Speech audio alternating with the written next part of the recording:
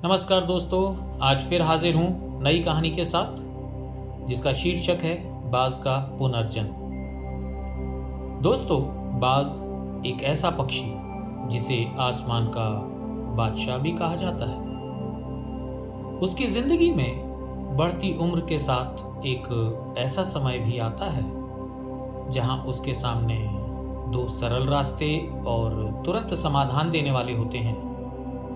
वहीं तीसरा रास्ता कठिन और बहुत दर्द देने वाला होता है। लेकिन बाज दर्द को चुनता है और यहीं से शुरू होती है बाज की दूसरी इनिंग। दोस्तों, हमारी जिंदगी में कई ऐसे मौके आते हैं जब हमें कभी छोटी तो कभी बड़ी परेशानियों का सामना करना पड़ता है। इसमें कुछ लोग तो जीवन में संघर्ष करके आगे निकल जाते हैं, लेकिन बहुत सारे अपने हालातों के आगे घुटने टेक कर खुद को जिंदगी के हवाले कर देते हैं। ऐसे में हमारी जिंदगी और हमारा खुद का कोई वजूद नहीं रहता। दुनिया उसी को सलाम करती है जो खुद अपनी इबारत लिखते हैं। सिर्फ इंसान ही नहीं, कुदरत में हर प्राणी के साथ ऐसा होता है। तो दोस्तों, आइए जानते हैं आज बाज के जीवन से जुड़ी एक आश्चर्यजनक लेकिन रोचक तथ्य जो हम सबको कुछ ना कुछ सीख तो जरूर देगा। दोस्तों, एक बाज जीवन में लगभग 65 से 70 साल का जीवन जीता है, परंतु अपने जीवन के 40वें वर्ष तक आते आते उसे एक जरूरी फैसला लेना पड़ता है। इस अवस्था में उसके शरीर के तीनों प्रमुख अंग, उसके पंजे, चोंच और पंख बेअसर होने लगते हैं। पहले पंजे लंबे और लचीले हो जाते हैं, जिससे वो शिकार को पकड़ने में कमजोर पड़ जाते हैं। दूसरे, उनकी चोंच आगे की तरफ मुड़ जाती है और भोजन निगलने में उन्हें मुश्किलें पैदा होने लगती हैं। तीसरा, उनके पंख भारी हो जाते हैं और शरीर से चिपकने के कारण वो पूरे नहीं खुल पाते और इससे उनकी उड़ान सीमित हो जाती है।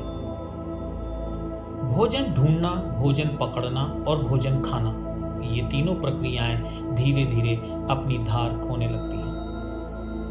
उसके पास 3 ही रास्ते बचते हैं, या तो अपना शरीर छोड़ दे, या अपनी आदतें छोड़कर गिद्ध की तरह छोड़े हुए खाने पर निर्भर हो जाए, या फिर स्वयं को फिर से सिद्ध करे।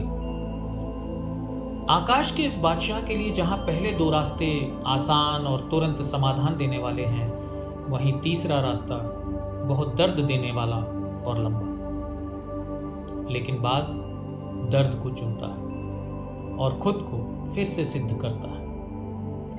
वो किसी ऊंचे पहाड़ पर जाता है, एकांत में अपना घोंसला बनाता है और तब शुरू होती है शरीर को तोड़ देने वाली ये प्रक्रिया। सबसे पहले वो अपनी चोंच चट्टान पे मार मार कर तोड़ देता है। अपनी चोंच से अधिक दर्दनाक कुछ भी नहीं है इस आसमान के बादशाह के लिए। अब वो इंतजार करता है चोंच के फिर से उग आने का, और इसके बाद वो अपने पंजे भी उसी तरह तोड़ देता है और फिर इंतजार करता है पंजों के फिर से उगाने का। नई चोंच और पंजे आने के बाद वो अपने बड़े और भारी पंखों को एक एक करके नोच नोच कर निकाल देता है और फिर इंतजार करता है पंखों को दोबारा से उग आने का। उसका ये इंतजार लगभग 150 दिन चलता है और तब जाकर उसे मिलती है वही भव्य और ऊंची उड़ान। इस एक तरह के पुनर्जन्म के बाद वो ऊर्जा, सम्मान और गरिमा के साथ लगभग 30 साल और जीता है। दोस्तों, आपने भी कई बार ये सुना होगा कि भगवान भी उसी की मदद करते हैं जो खुद अपनी मदद करता है। आज शायद आपको इसका उदाहरण मिल ही गया होगा। जैसे बाज संघर्ष करता है 150 दिन तक और भगवान उसके संघर्ष को बेकार नहीं जाने देते। उसको नई जिंदगी देकर कुदरत हमें ये सिखाती है कि पंजे पकड़ के प्रतीक हैं, चोंच सक्रियता की प्रतीक और पंख कल्पना का प्रतीक है। इच्छा हालातों पे काबू रखने की, सक्रियता स्वयं के अस्तित्व की गरिमा बनाए रखने की और कल्पना जीवन में कुछ नयापन बनाए रखने की। दोस्तों, क्या हमारे अंदर भी ऐसा ही कुछ नहीं है? हमें भी तो 40 तक आते आते इच्छा, सक्रियता और कल्पना तीनों के तीनों ही कमजोर पड़ने लगते हैं। हमारा व्यक्तित्व ही ढीला पड़ने लगता है। आधे जीवन में ही जैसे जीवन खत्म हो गया हो ऐसा लगने लगता है। उत्साह, आकांक्षा, ऊर्जा ये सब नीचे की ओर जाने लगती हैं। हमारे पास भी कई रास्ते होते हैं, कुछ सरल तो कुछ पीड़ादायक। हमें भी अपने जीवन के मजबूरी भरे इस अति लचीलेपन को त्याग कर काबू करके दिखाना होगा। बिल्कुल बाज की पंजों की तरह हमें भी आलस पैदा करने वाली इस खराब सोच को त्याग कर ऊर्जा से भरी सक्रियता दिखानी होगी।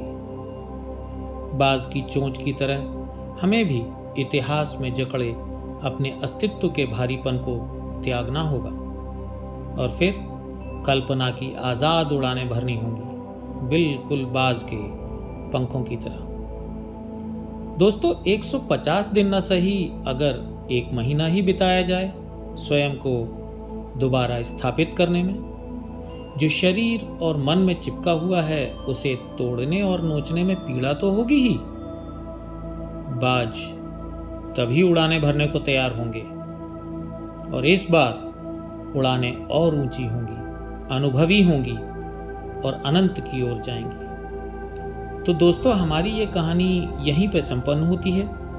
आशा करता हूँ आपको पसंद आई होगी और यदि ऐसा है तो चैनल को सब्सक्राइब करें, लाइक करें और शेयर करें। कमेंट्स में अपनी राय ज़रूर दें। बहुत बहुत धन्यवाद। आपका दिन शुभ हो।